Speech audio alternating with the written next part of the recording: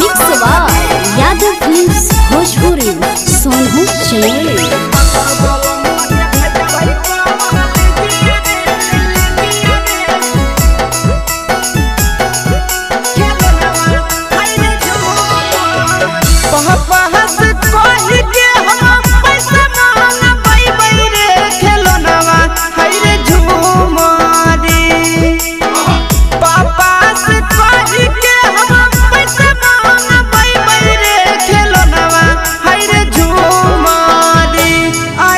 पातर बलमुआ के भेजवाई कॉलेजिया रे खेलनवा हाय रे झूमरी आय हाय पातर बलमुआ के भेजवाई कॉलेजिया रे खेलनवा हाय रे झूमरी पापा से कही के हम पैसा मांगबै रे खेलनवा हाय रे झूमरी पापा से कही के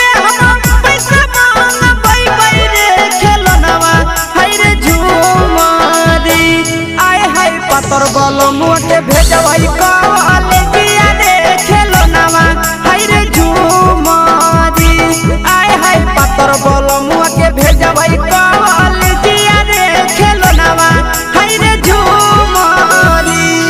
हाय रे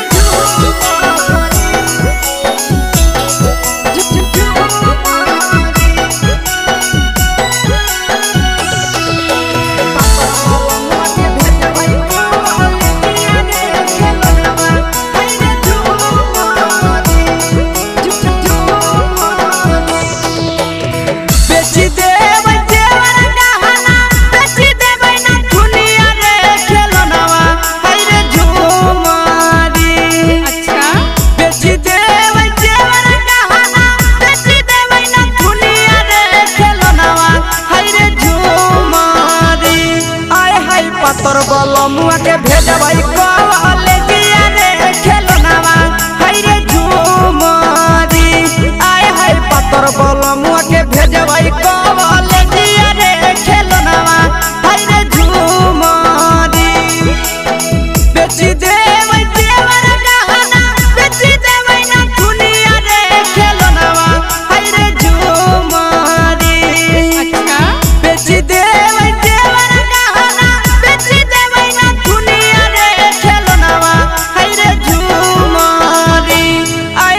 पातर बलमुआ के भेजवाई कॉलेजिया रे खेलनवा हाय रे झूमरी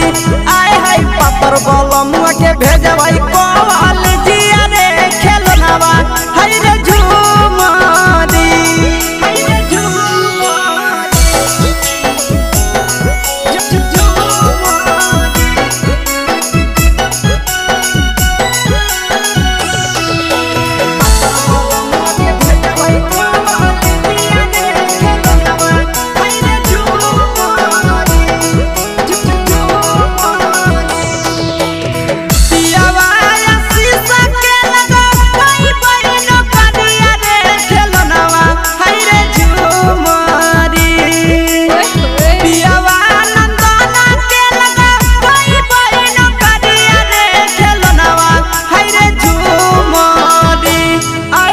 पातर बलमुआ के भेजवाई कॉलेजिया रे खेलनवा हाय रे झूमरी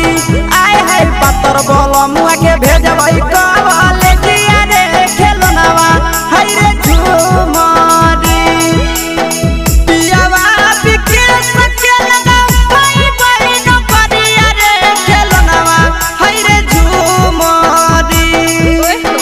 पियावा नंदना के लगा